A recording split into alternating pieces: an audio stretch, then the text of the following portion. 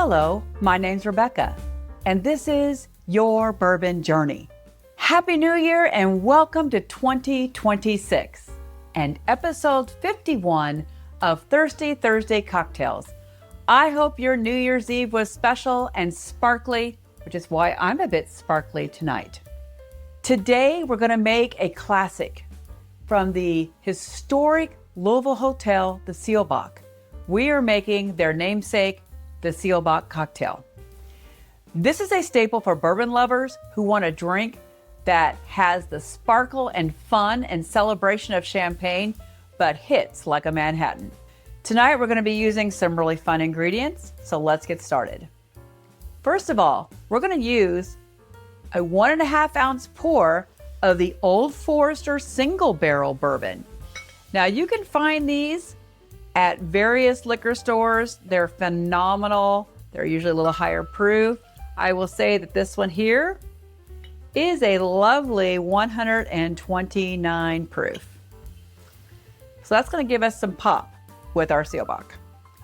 Now, bringing in some orange notes here, and to add a little sweetener, we're going to use Cointreau. We're going to use a 1/2 ounce of this. Brighten it up just a tad, which is going to be lovely. This drink is all about the bitters, and it's heavy-handed with the bitters. So we're going to use the Peychaud bitters, as you know, are classic for a Sazerac. They have that anise flavoring to them. 7 dashes. And to bring in some lovely aromatics to pull this together, we're using the aromatic bitters, and again, 7 dashes.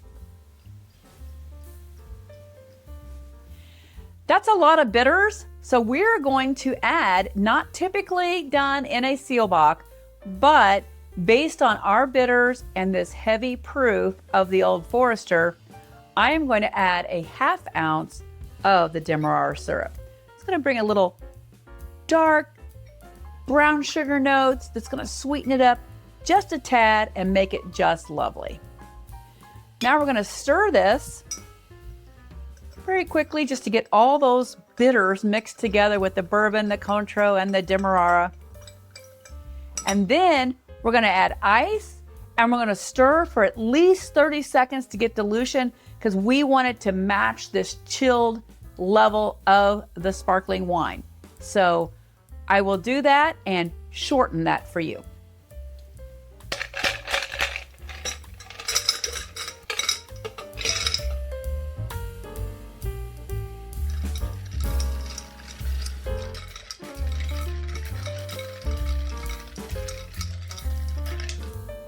That's nicely chilled.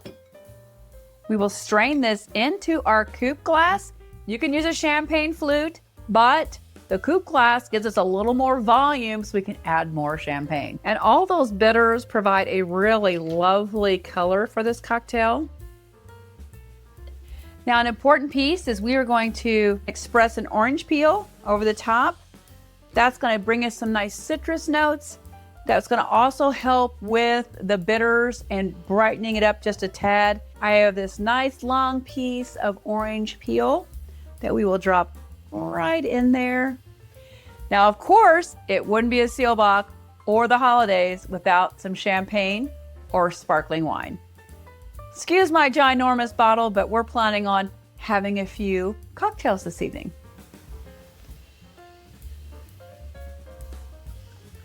Watch how those bubbles just come right up. It's fabulous. As you watch it, it makes the bitters and everything just kind of bloom in the glass. Cheers to 2026 and the Seelbach Cocktail.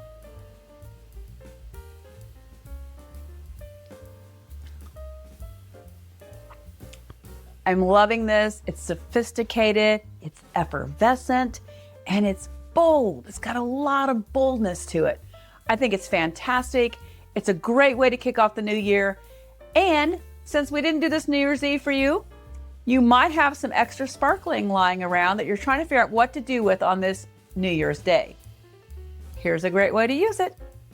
Next week, join us as we kick off a month-long January series. It's going to look for cocktails that will give us that winter warmth that we're seeking as it gets really bitter cold in most places in January. For tonight, I ask that you please always drink responsibly, that you have a fabulous Thirsty Thursday, an amazing New Year's and 2026, and I hope you have an opportunity to enjoy the Seelbach cocktail.